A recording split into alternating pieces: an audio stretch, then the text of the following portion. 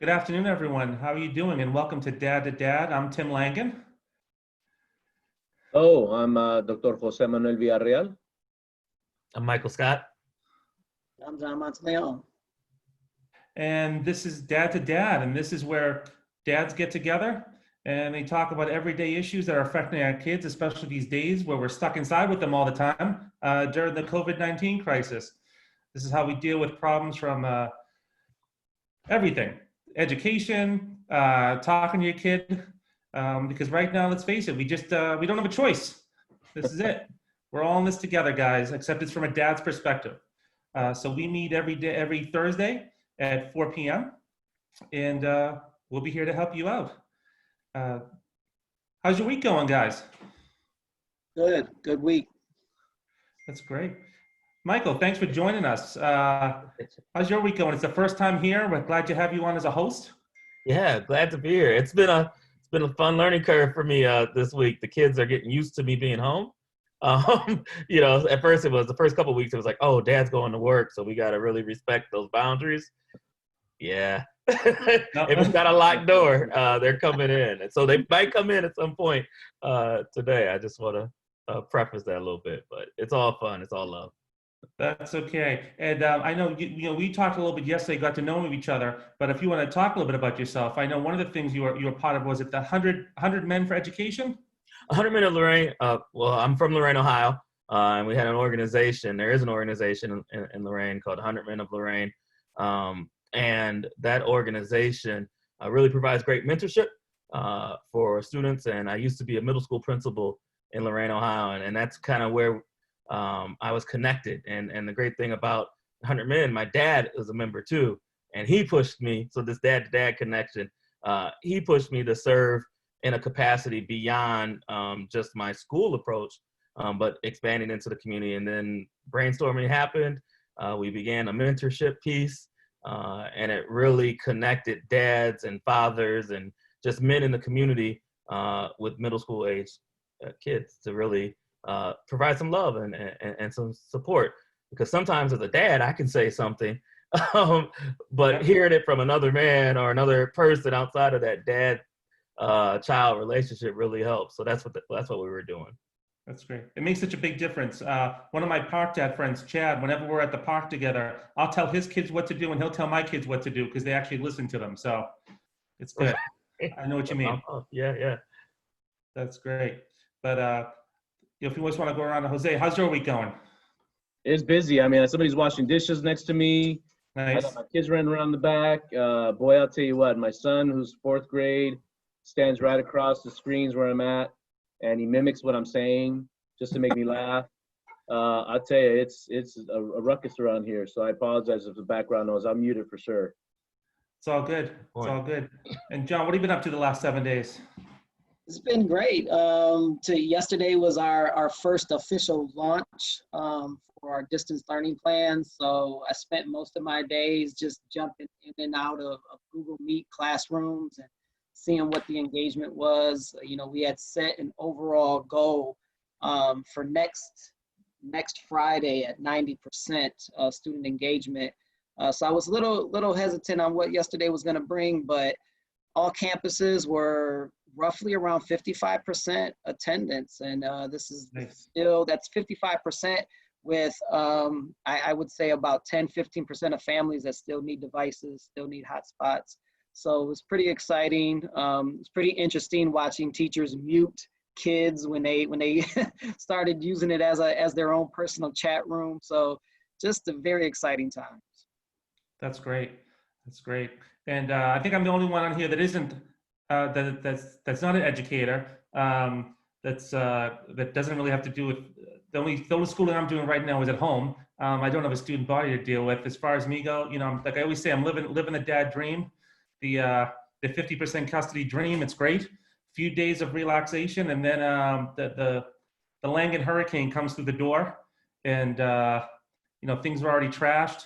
Put together a bunk bed. That's about it. Just trying to live. Just trying to live.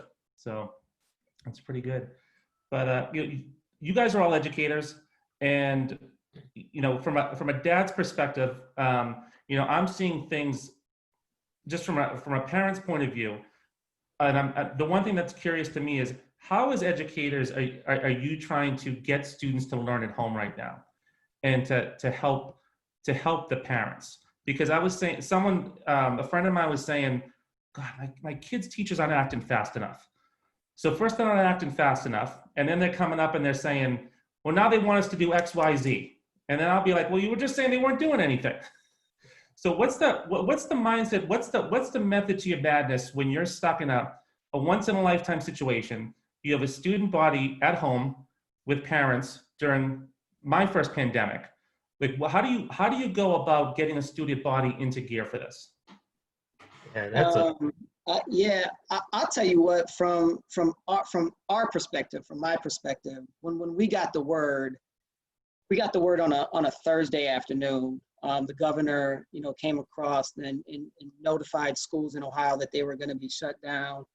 And it was literally like hustle, like a 48-hour hustle. Just putting together a plan that we're just truly not set up to do.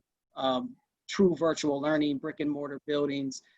And I remember driving home the first day that our cabinet level leadership team was putting together plans, like how were we going to react? What was Monday going to bring? What was Tuesday? What was going on? And I went back to this book that I had read called The Do-Over by John Acuff. And in that book, he talks about transitions. And there's two types of transitions, right? There's voluntary ones, and then there's involuntary ones. And this definitely was an involuntary transition. Yeah. And through those transitions in the book, he talks about there's 4 characteristics that take people through transitions, and that's skills, that's relationships, that's hustle, and then that's character. And within that first 48 to 72 hours was really a display of just skill and hustle. And then that's people pulling together to do what was needed to do. And then now, as I see the rollout, we're 2 weeks in because we had a spring break pause there. It really exemplifies the relationships, right? Because those are the things that I'm seeing shining true. And probably the one thing that I was most afraid of, because you have an established culture and now you have everybody that's dispersed and they're learning from a distance. And you're wondering how they're going to show up, because everybody deals with duress and anxiety through a different lens on how they observe that.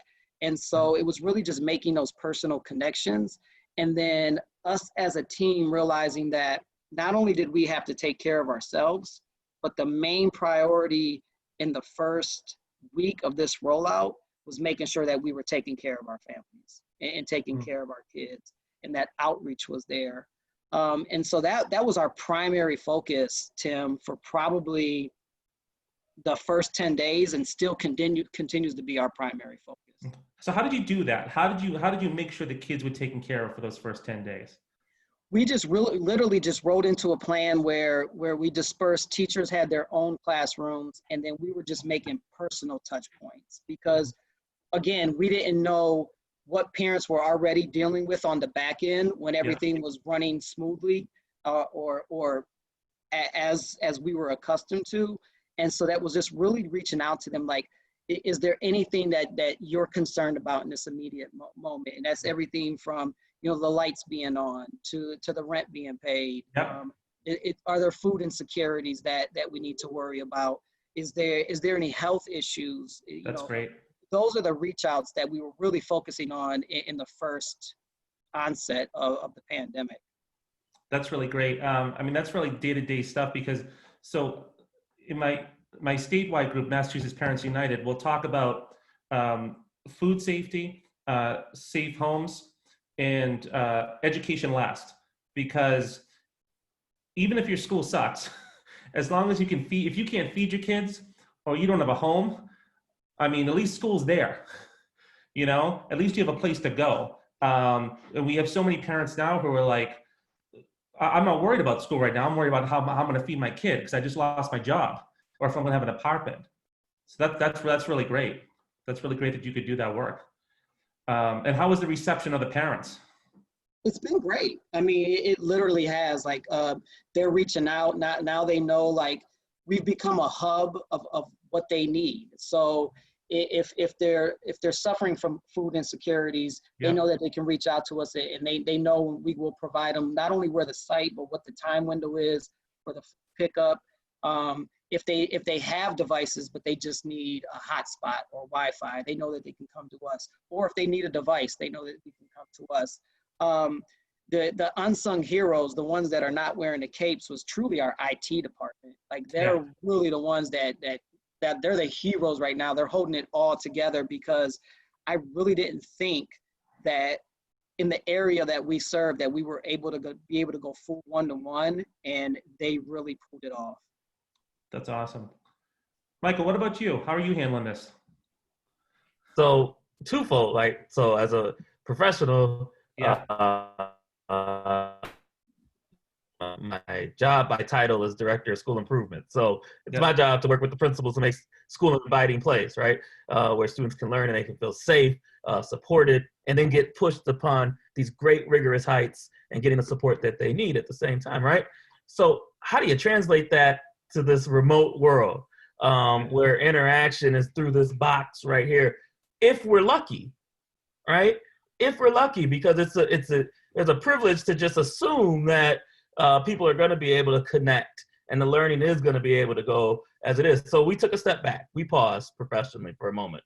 And we took the first 3 days, very similar to what John said, we made wellness calls. And we checked on mental health needs, food needs, internet, device needs, before we even started talking about learning. So in a 3-day span, our staff, teachers, classified staff, all worked together and made almost 8,000 outreaches to our district. So we reached almost everybody in our district to find out what the needs were. And then we were able to make community connections where needed. Our operations staff set up a great meal service within the first week. We provided over 48,000 meals. So we said, we're gonna take care of those real needs before we even start touching what instruction in this remote environment can look like. But on the other hand, we had to say to ourselves, well, we got to give something, right? So we gave choice board, what we called them. And those were activities in which families could connect together on some real, like, just things around the house, read together, write together, interview someone in your family and ask about the history of your family. Just things that will connect families, because we don't know what everyone's going through. So that was our initial entry point. And at the same time, so from a dad standpoint now, right, I got orders around that same time to work from home, because our governor said, unless you had to go out, don't. So now, how do you transition? How do I transition my work home and be there for my kids? And I have a 3-year-old and a 2-year-old right now, and my wife is awesome, and she's been home with them, while I've been out at work. But now there's a different dynamic now. Like, dad's around, and what's he doing here, and why is he in the bedroom on his computer all the time? And so how can I now step in and be a little bit more active, intentionally schedule breaks during the day to say, you know what, I'm going to turn it off, even though there's 1,000 things going on the work side, right? And everyone needs me there. I'm physically here right now. Right.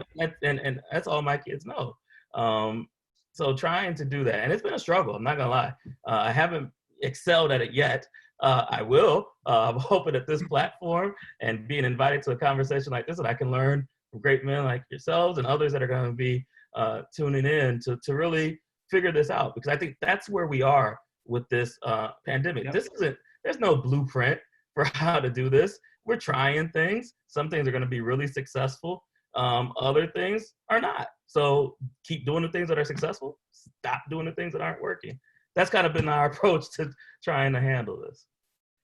That's great. Like you said, I think everyone's in this for their first time. I know I am. Let me ask you a question here too. Honestly, I'm sure all of your states have standardized testing. Yep. Are any parents worried about that right now?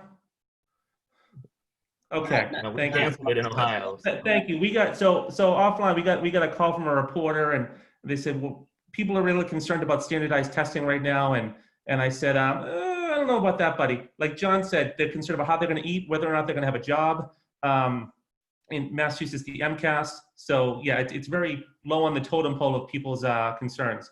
And for those viewers out there, if you have any opinions on standardized testing, please feel free to send them to whatever at npunion.org. That's whatever at npunion.org, WATEVAH. Thank you. Jose, how are you doing? What have you been doing for the student body? I'm doing all right. Well, you know, I have some trauma because for two layers of trauma. One, I was a middle school principal when H1N1 hit and the swine flu. And so having to get vaccinations, working with the county, making sure that our school at the time, I was in a traditional district here in North County, San Diego. And then I have my own trauma as, you know, first generation Latino, Mexican male, right? A member of this community. So I kind of knew this was about to happen. And so we planned way ahead. So I'm in a public charter school. I'm an assistant superintendent there, about 800 students, 757, and they're about 95 to 90% Latino, 95 to 90% low socioeconomic status, and a strong issue with immigration. And so immediately for us was our families, they're hungry for their students to learn. They're in poverty. They also know that they're struggling because they themselves are not teachers, and my dad used to say, "Soy un analfabeto." That means I don't even know how to read Spanish, right? Because he didn't have that education. So for us was, we're going to carry the load as administrators to create these packets of work for 2 weeks, and these were to be given to all students, all families, while during those 2 weeks, the teachers and the principal and the administrative team built this distance learning kind of schedule. And then it was released. We did spring break last week, and then we released it this Monday.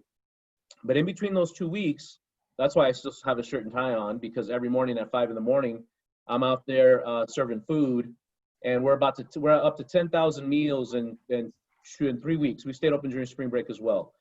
And then on Mondays, I do home deliveries. So I drive my little SUV, and I deliver to about 15 homes, about 150 meals for the whole week. And so I got my handkerchief, I got my bandana, I got my sunglasses. It's raining and pouring. It's cold right now. For San Diegans, by the way, it's 58 degrees. It's freezing, by the way, just for the record. Yeah. And so I'm out there on Mondays. We called it Uber Eats, but our mascot is the eagle, so we call it Eagle Eats.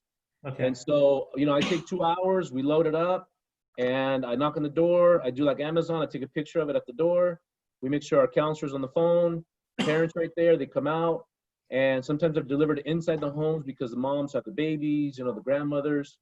And it's scary because as a father, you know, I have an 83-year-old mother, you know, and I have a mother-in-law who's also very sick that we need to make sure she doesn't get sick. And I have 2 sons that were born with a kind of a mild heart condition. One of them has Pauli's disease, which impacted his heart. He has to do a lot of work on that. So far he's in the clear, and then the other one had a hole in his heart. So there's concerns, you know, and you know, it's a challenge, but at the same time, I know what I signed up for.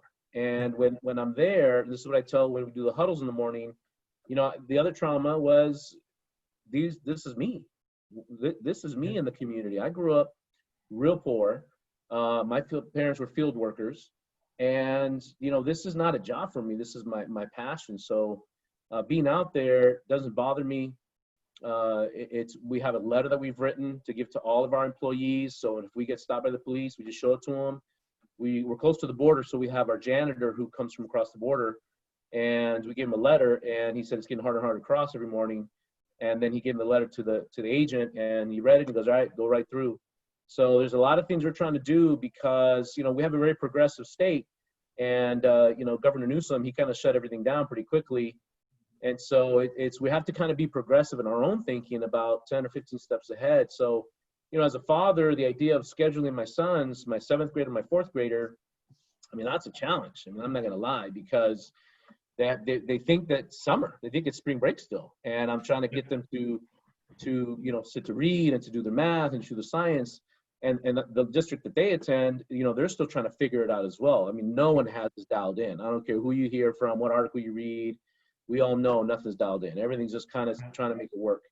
So, I mean, I have all that layers of trauma, of understanding the community. But really, at the end of the day, everybody's right. You got to, we call it the Feeding the Heart and Mind campaign. That's what we're calling it. So we spun it on its head, right? We went from, instead of saying corona this, we're saying, no, it's the heart and mind campaign. We're going to feed that. And so that's what we're doing in that regard. And I'll say one last thing. I've organized our teams where I have a leadership team that's sitting at home and I'm with the leadership team running the site. But if I go down, they're going to come in for me. Because we know one of us is going to get it. It's just a matter of time, when, and how.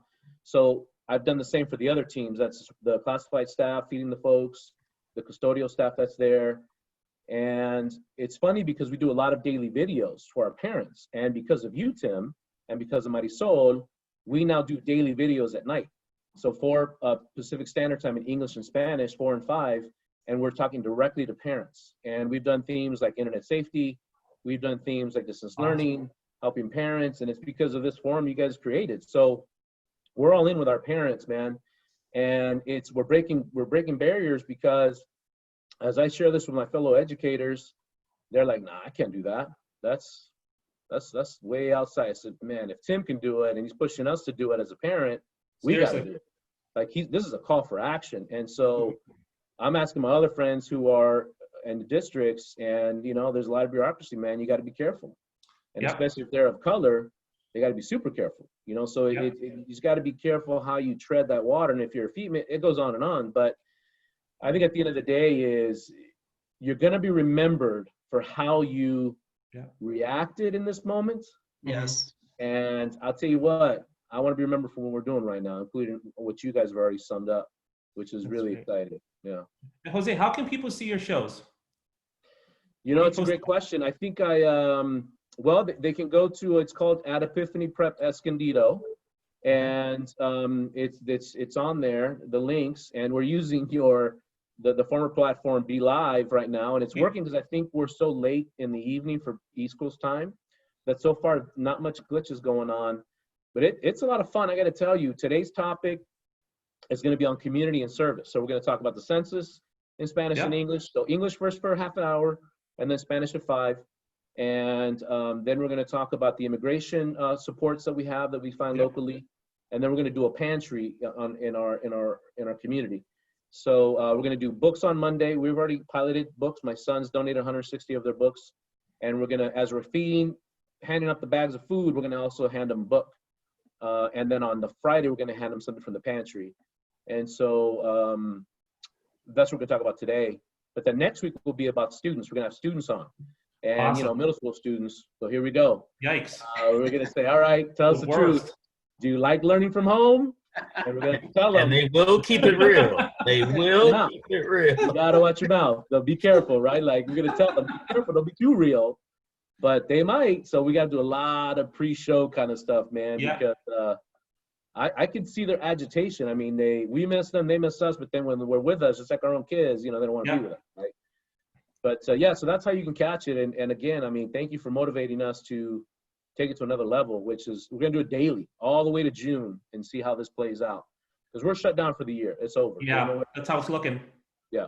That's great. Well, we'll make sure, we'll exchange info. We'll make sure all the National Parent Union members know about how to get your show, and we'll connect you with them as well. That's the good thing about this. So just to catch you guys up on this, what I've been doing the last week, besides my kids, is dealing with about 115 we work with about 150 organizations of the National Parents Union, and making sure they have Zoom accounts and things like that so they can broadcast things like this. So we have delegates in Detroit, or obviously tons in California. We have people in Jersey right now who are sheltered in, doing things like this. So it's like you said, you know, you want to look back and know you did the good work to help out a lot of people. And there's a lot of people worrying about serious things.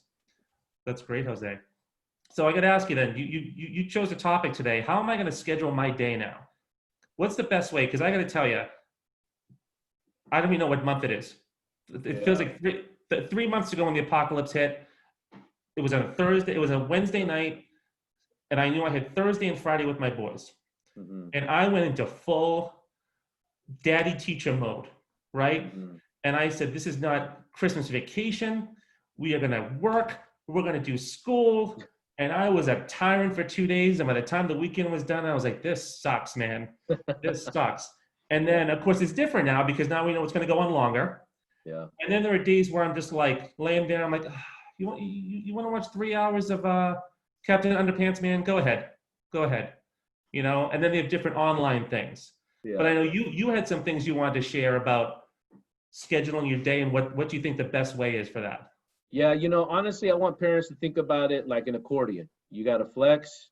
You got to make it Yep. sound all right. Sometimes you can hit that bad key, but you just got to keep flexing, man. That's just how it is. You have to understand that the teachers, they're all working really hard. Yep. The support staff, the administrators, everyone's in this together. It's one of those pandemics where it's not a local issue. It's not a regional issue.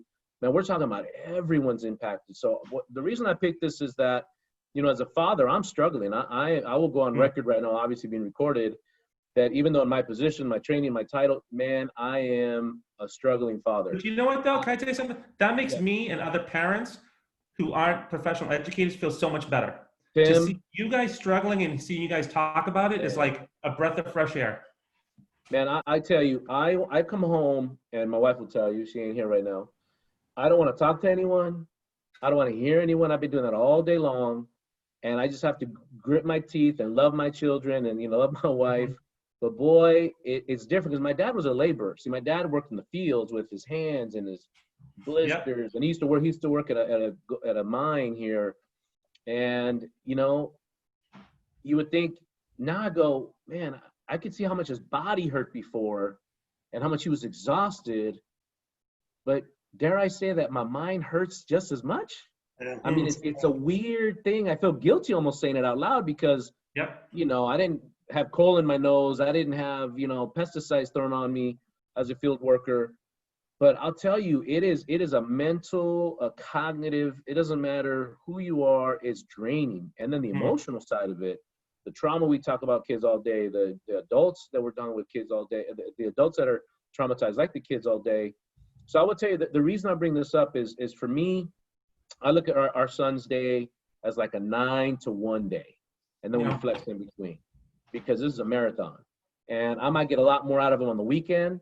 But at the end of the day, I do this thing called 20 minutes of rotations.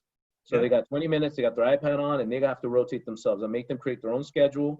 It has to involve some form of play, some form of music, some reading, some math, some science.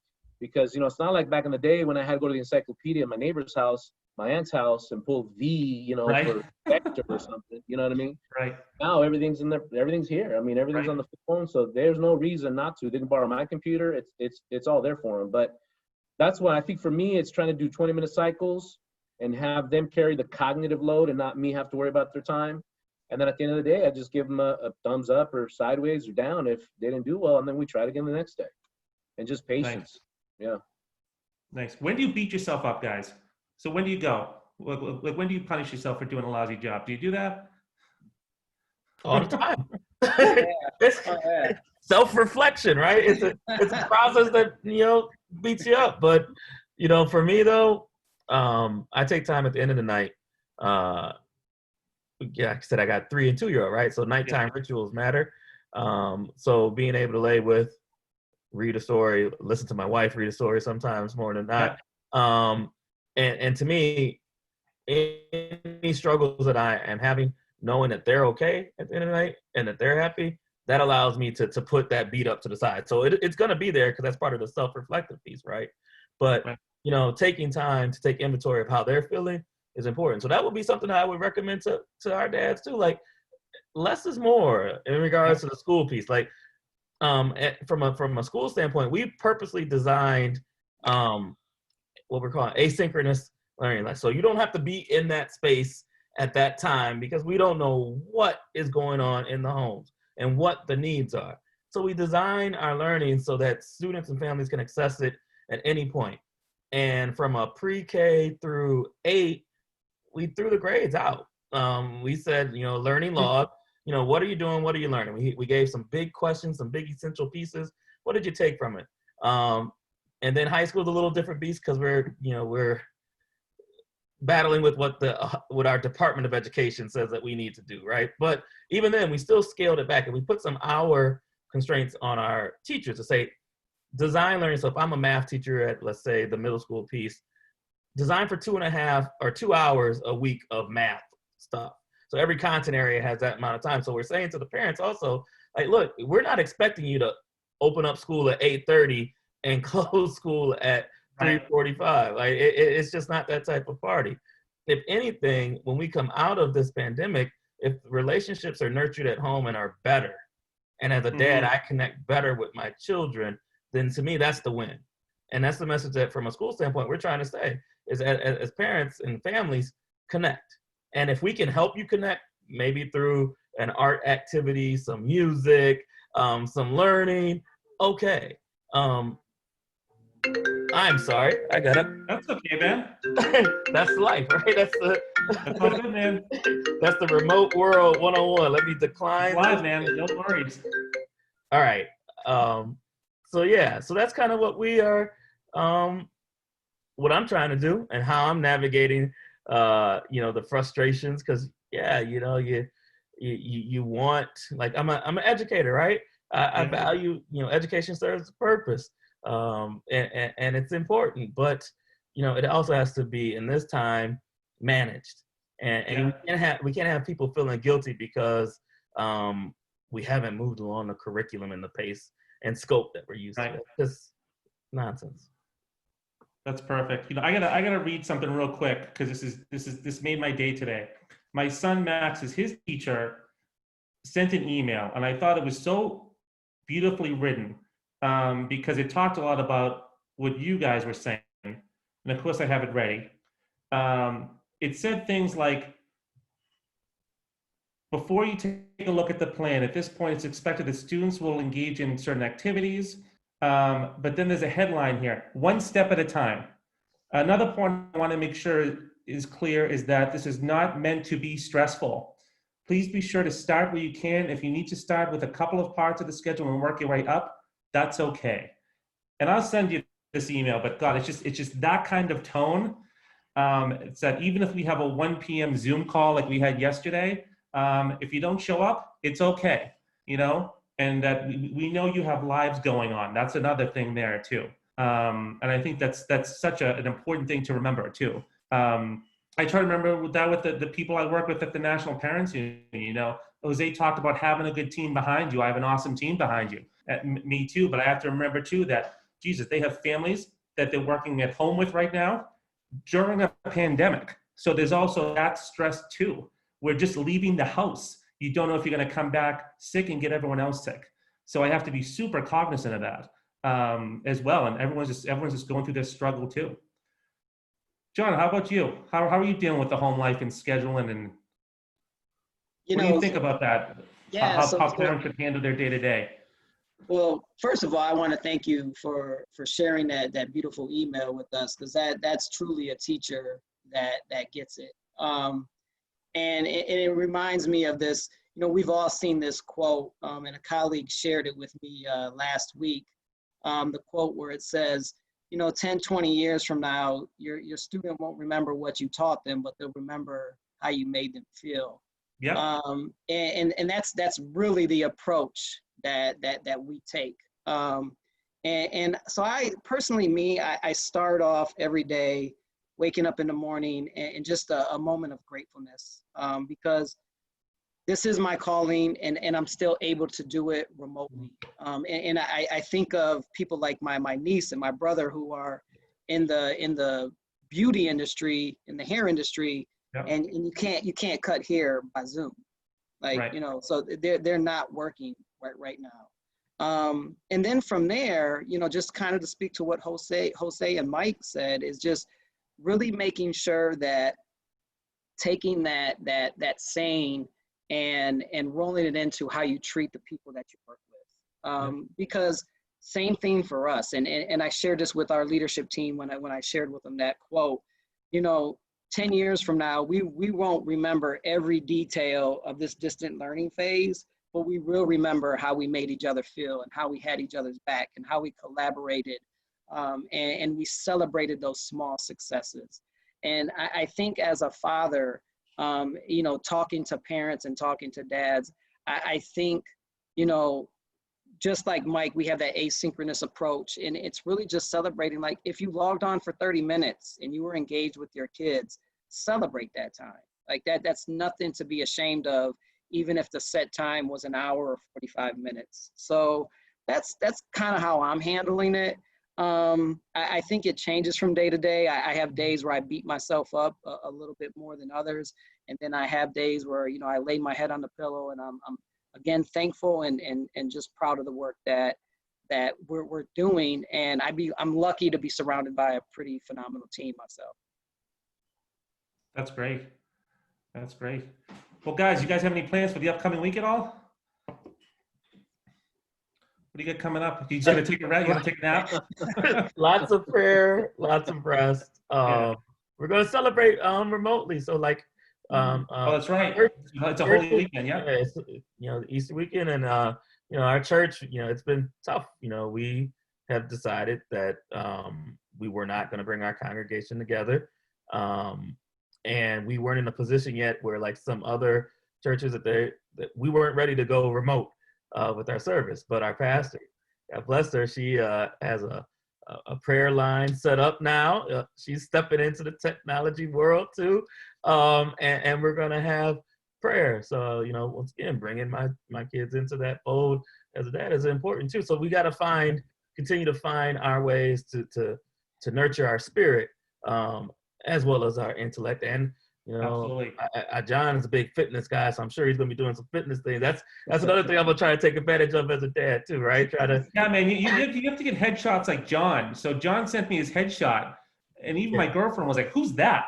Yeah. Wow, She's like, "Whoa, John. whoa, whoa!" I said, "That's just John. Don't worry about it." That's been my struggle for 10 years now, working next to him. Yeah, that's, you know, I'm trying to keep up with the Look job. at John. Wow. Like you said though, too, it's a tough weekend for some people too, because some people these are normal things and these are family gatherings, and this is supposed to be a very religious weekend for some people, and they can't partake in that for the first time in a long time. Yeah, it's true.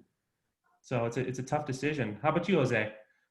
Well, you know, I was raised Catholic, and so that's shut down right now. Yeah. So we're watching, my mom's watching it through the television, through the Spanish stations, and we're just trying to do our best at this point. Yeah, just try to be home, you know, and just like John said, man, just every day I just try to touch my kid's face, and I know I'm not supposed to, right? But I do that because of coronavirus. But, you know, just try to be affectionate as a father as much as I can. You know, spin them around my back and do the roughhousing as much. One wants it, the other one doesn't, which is fine. Yeah. But yeah, it's just reconnecting as much as I can. Mhm. Just the other day, I was on a webinar and I put my picture up, and then I grabbed my fourth grader and I just, you know, kind of give a big old hug, and he wanted to get away from me, and then I put my picture back up, and you know, all that. So that's just kind of how we just try to make those daily contacts, as John was saying. Yeah. That's awesome. How about you, John? Same here. This weekend is going to be a different one for sure. Again, raised Catholic. Yeah. Go to church every Sunday with my father. So for him not being able to attend church is really putting a strain on him. But then to kind of put the cherry on the frosting here is tomorrow's his birthday. Oh, And wow. Oh, man. not being able to like Jose said, not being able to touch him, to hug him, Yeah. kiss. Yeah.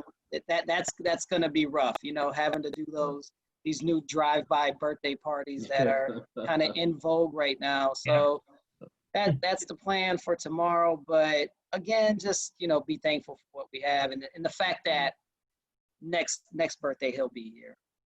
Yeah. That's great. That's great, guys.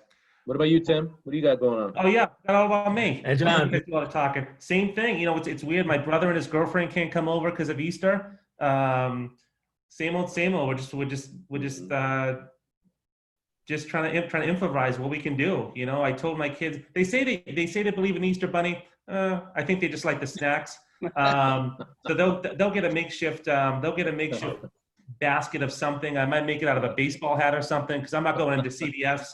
I think I'm just going to take the candy I have and some cookies and throw it in a basket. There you go. They never eat it anyway. So, but like you said too, it's like my girlfriend, she's a Eucharistic minister, and a big deal for her is this weekend and getting the palms. And it was Palm Sunday the other day. She couldn't do that, Yeah. you know, and that really affected her. And I know my parents like to go to Easter Mass Yeah. in downtown Boston, and that's definitely not happening.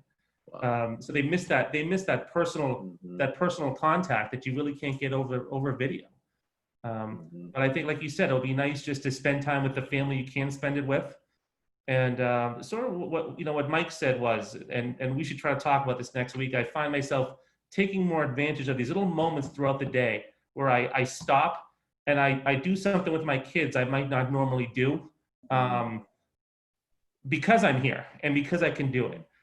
You know, so like the other day, my son decided to have a play. You know, and he got my parents into it. He even got my girlfriend into it, and it was, again, Captain Underpants. And I was Captain Underpants, and she was Plunger Girl, and there was this whole thing going on. And you know, it was 15 minutes, and I stopped and I did it, and it was amazing. It just turned the whole day around. You know, so hopefully I'll be looking for some more moments like that this weekend with you guys. That's great too. Great. But guys, thanks a lot. And for all the viewers out there, thanks again for tuning in to Dad. And again, thanks to Jose, Michael. And Michael, I have to tell you something. In 3 weeks, when you've done this show long enough, you'll stop shaving like me and put on a t-shirt. Everyone's I'm gonna tell you. Can I tell a quick story though, real quick? Yeah, Before we go? so crazy, man. So like, here's what remote learning has done to me. Like, usually John can attest. I try to keep clean, and you know, well, remote, sometimes it's easy to kind of slide back. You know? Well, someone took a screenshot of me one day and sent it to me, and they were like, "You looking like George Jefferson. You better shave a little bit." From that point on, I'm like, "Nope, I'm not slipping anymore." No, I'm seeing how long I can take it here. I got a good half an inch, so I'm gonna have to break up the tweezers, the clippers for my hair, but I'm gonna tough it out. That's what I did. No, I buzzed my son's head, so mine too. Yeah, might do a little buzz cut or something like that. But guys, thanks a lot. This is great. I know we helped out a lot of dads and a lot of parents today. And for all the viewers out there too, if you have any ideas for topics or guests too, please email info@npunion.org. That's info@npunion.org. And we'll see you again next week at the same time. Thank you.